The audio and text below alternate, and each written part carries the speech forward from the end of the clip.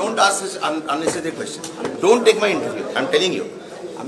Don't take my না delete করুন এটা. Delete করুন. I have a public image. Office না বলেন কিছু করতে হবে। অফিস না বলে মানে it is my নমস্কার বন্ধুরা, আপনারা দেখছেন পারফেক্ট পলিটিক্স, সাদা বাংলায় রাজনীতির কথা। বন্ধুরা, জীবনে ছ্যাঁকা খেলে এরকমই হয়, মানে ওই বসে খেতে খেতে যদি চর্বি জমে যায় আর তারপর যদি হঠাৎ করে নামটা কাটা যায়, তাহলে কার না মটকা গরম হয় বলুন। তো সেটাই হয়তো রাজ্যের মন্ত্রী বাবুল সুপ্রিয়র সঙ্গে এদিন হয়েছে। বাবুল সুপ্রিয় এবার আর ভোটে লড়ার টিকিট পাচ্ছেন না, তার বদলে মমতা বন্দ্যোপাধ্যায় তাকে রাজ্যসভার প্রার্থী করেছেন এবং রাজ্যসভার যে তিনি সাংসদ হবেন সে বিষয়ে কোনো সন্দেহ নেই। কিন্তু মুশকিলটা অন্য জায়গায়, যেখানে তিনি মমতা বন্দ্যোপাধ্যায়ের মন্ত্রিসভায় একেবারে মন্ত্রী ছিলেন, সেই মন্ত্রিত্ব ছেড়ে তাকে এখন যেতে হবে রাজ্যসভায়। মানে রাজ্যসভায় ঠুটো জগন্নাথ হয়ে বসে থাকতে হবে। আর আপনারা তো জানেনই যে রাজ্যসভায় কীরকম মালকড়ির লেনদেন হয়।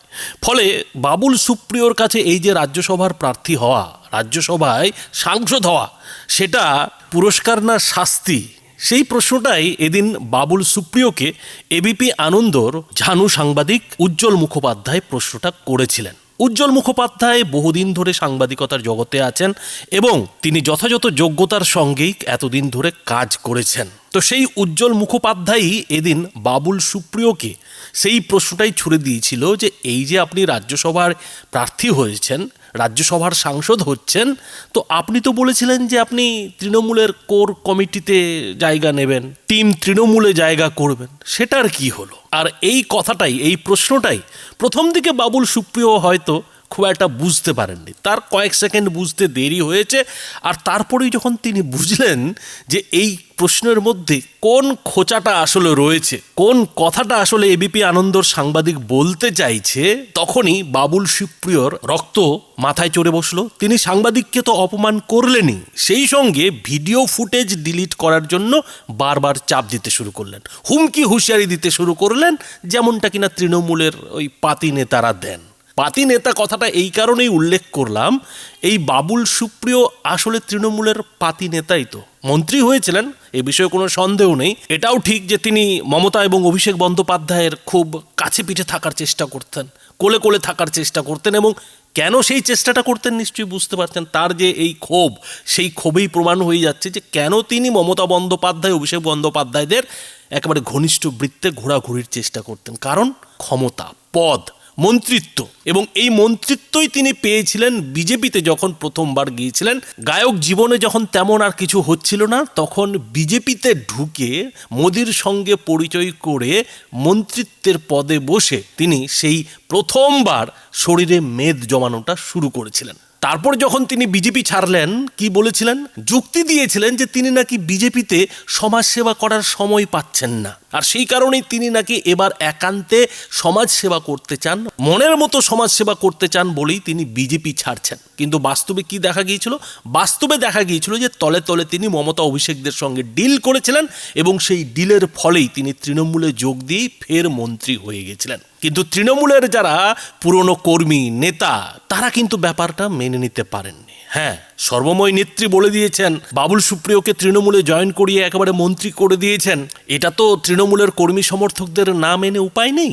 কিন্তু তারা যে কতটা বাবুল সুপ্রিয়র এভাবে বিজেপি থেকে তৃণমূলে আসাটা অপছন্দ করেছিলেন, সেটা কিন্তু সেই 2021 সালের বিধানসভা ভোটের পরেই বুঝিয়ে দিয়েছিলেন। কেননা যে কোনো দল, সে তৃণমূল হোক কিংবা বিজেপি, যারা কর্মী সমর্থক, যারা মন দিয়ে দলটাকে সমর্থন করেন, দলের জন্য কাজ করেন, দলের জন্য ঘাম রক্ত ঝরান, তারা কখনোই এটা চাইবেন না যে কোনো অন্য দলের নেতা উড়ে এসে জুড়ে বসুক। হাজার হোক, এই নেতাকেই তো তারা একসময় গালমন্দ করেছিলেন, এই নেতার সঙ্গেই তারা লড়াই লড়েছিলেন। কিন্তু বাবুল সুপ্রিয়র ভাগ্য বলতে গেলে খুবই ভালো ছিল যে তিনি বিজেপির মন্ত্রিত্ব হারানোর পরেই, কেন্দ্রীয় মন্ত্রিত্ব হারানোর পরেই তিনি রাজ্যে মমতা অভিষেকের সঙ্গে ডিল করে, ডিল বললাম এই কারণেই যে ডিলটা না হলে হয়তো এই বাবুল সুপ্রিয় সত্যিই তৃণমূলে যোগ দিতেন না। তো সেই ডিলটা কি ছিল?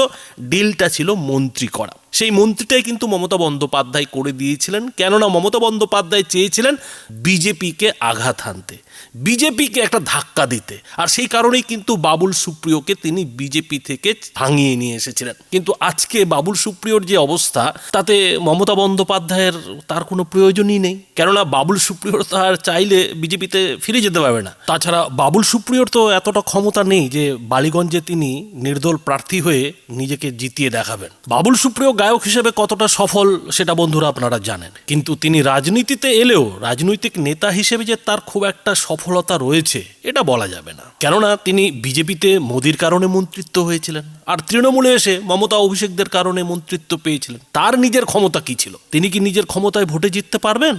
আর বিজেপিতে ফিরে গেলেও তাকে তো আর নরেন্দ্র মোদী মন্ত্রিত্ব দেবে না। ফলে বাবুল সুপ্রিয়র এখন অবস্থা হয়েছে ঘরকানা ঘাটকা। মমতা বন্দ্যোপাধ্যায় বলতে গেলে তাকে এতদিন বসিয়ে বসিয়ে খাইয়েছেন, বলতে গেলে মন্ত্রীর পদে বসে তৃণমূলেরই ক্ষতি করেছেন। তৃণমূলের মধ্যে যে গোষ্ঠীদ্বন্দ্ব, সেই গোষ্ঠীদ্বন্দ্বকে আরও বেশি করে বাড়িয়েছেন। ফলে মমতা বন্দ্যোপাধ্যায় আর কতদিন এই ধরনের নেতাকে সহ্য করবেন? এ ধরনের গাধার মঠ তিনি মাথায় করে বইবেন। ফলে যথারীতি বাবুল সুপ্রিয়কে তিনি রাজ্যসভায় সাংসদ করে দিয়ে বলতে গেলে রিজার্ভ বেঞ্চে বসিয়ে দিয়েছেন। অথচ বাবুল সুপ্রিয় তো অন্য চ্যালেঞ্জ করেছিলেন, অন্য কথা মিডিয়ার সামনে বলেছিলেন যে তিনি একদিন না একদিন এই তৃণমূলের নিজের লোক হয়ে দেখাবেন। আর এই প্রশ্নটাই তো এদিন এবিপি আনন্দর সাংবাদিক করেছিলেন, যে তিনি কি তৃণমূলের আপন লোক হতে পারলেন না?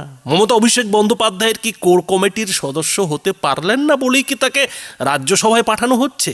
বন্ধুরা, এ কথা বলতে দোষ নেই যে প্রশ্নটার মধ্যে কোনো ভুলই ছিল না, এবং এটাই তো বাবুল সুপ্রিয়কে প্রশ্ন হওয়া উচিত, যে বাবুল সুপ্রিয় বিজেপি ছেড়ে তৃণমূলে গিয়ে মন্ত্রী হয়ে বসেছিলেন, তিনি যে কথাটা বলেছিলেন, সেই সময় যে দাবিটা করেছিলেন যে তিনি তৃণমূলের লোক হয়ে দেখাবেন, তিনি যে আসলে বিজেপির আদর্শ বিশ্বাস করতেন না, তিনি যে হিন্দুত্ব বিশ্বাস করতেন না, সেটা তিনি প্রমাণ করে ছাড়বেন। কিন্তু গত 5 বছরে সেটা কি আদৌ বাবুল সুপ্রিয় প্রমাণ করতে পেরেছেন?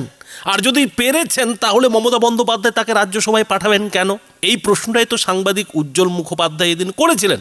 আর তার উত্তরে বাবুল সুপ্রিয় কি করলেন না, তিনি রেগে টং হয়ে গেলেন। আর তার এই যে রেগে টং হওয়া, এতেই তো প্রমাণ হয়ে যাচ্ছে যে ছ্যাঁকাটা ঠিকঠাক জায়গায় লেগেছে। বাবুল সুপ্রিয়র মতো নেতা আসলে যে সুবিধাবাদী নেতা, সেটা কোথাও যেন ধরা পড়ে গেছে। আর সেইটা ক্যামেরায় ধরা পড়ে গেছেই বলে তো তিনি ক্যামেরার ফুটেজ ডিলিট করতে বলছেন। তো বন্ধুরা, এই বাবুল সুপ্রিয় ঠিক কি করলেন দেখুন সেই ভিডিও। এই যে আপনি বলেছিলেন টিম তৃণমূলে ঢুকবেন, হ্যাঁ?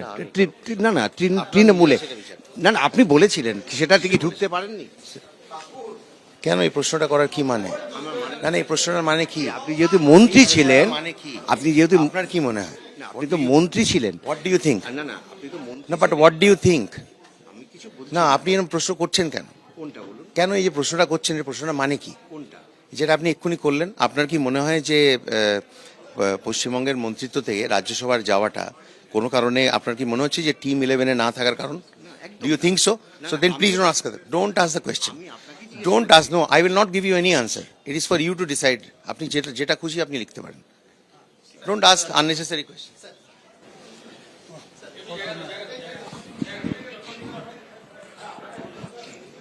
একদম ঠিকঠাক। Interview নিওই না। But don't ask such unnecessary question. Don't take my interview. I'm telling you. Don't take my না। Delete করুন এটা। Delete করুন।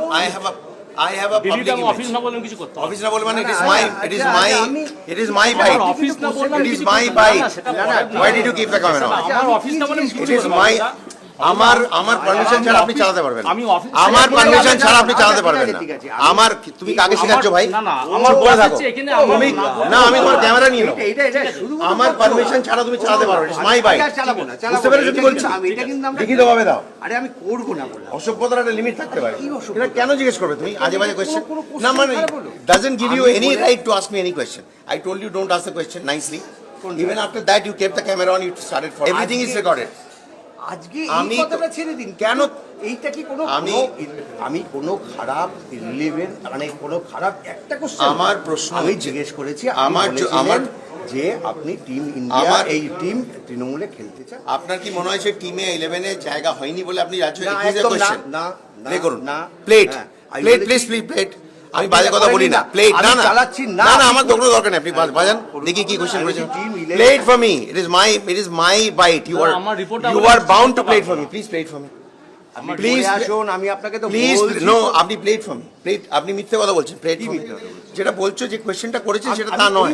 আমি তোমায় বললাম না না, এক মিনিট, আমি তোমাকে খুব সুন্দরভাবে বললাম যে এই প্রশ্নটা ছেড়ে দাও, তাই তো? কোনটা? আমি বললাম তো, তুমি আমাকে তাড়া করলে, কোশ্চেনটা করতে থাকলে ক্যামেরাটা অন রাখলে, why? আমি কি প্রশ্ন করেছি? দেখাও না কি প্রশ্ন করেছে। আপনি করে আসুন না, তার আগে আমি Show it to চালাচ্ছি me, না না?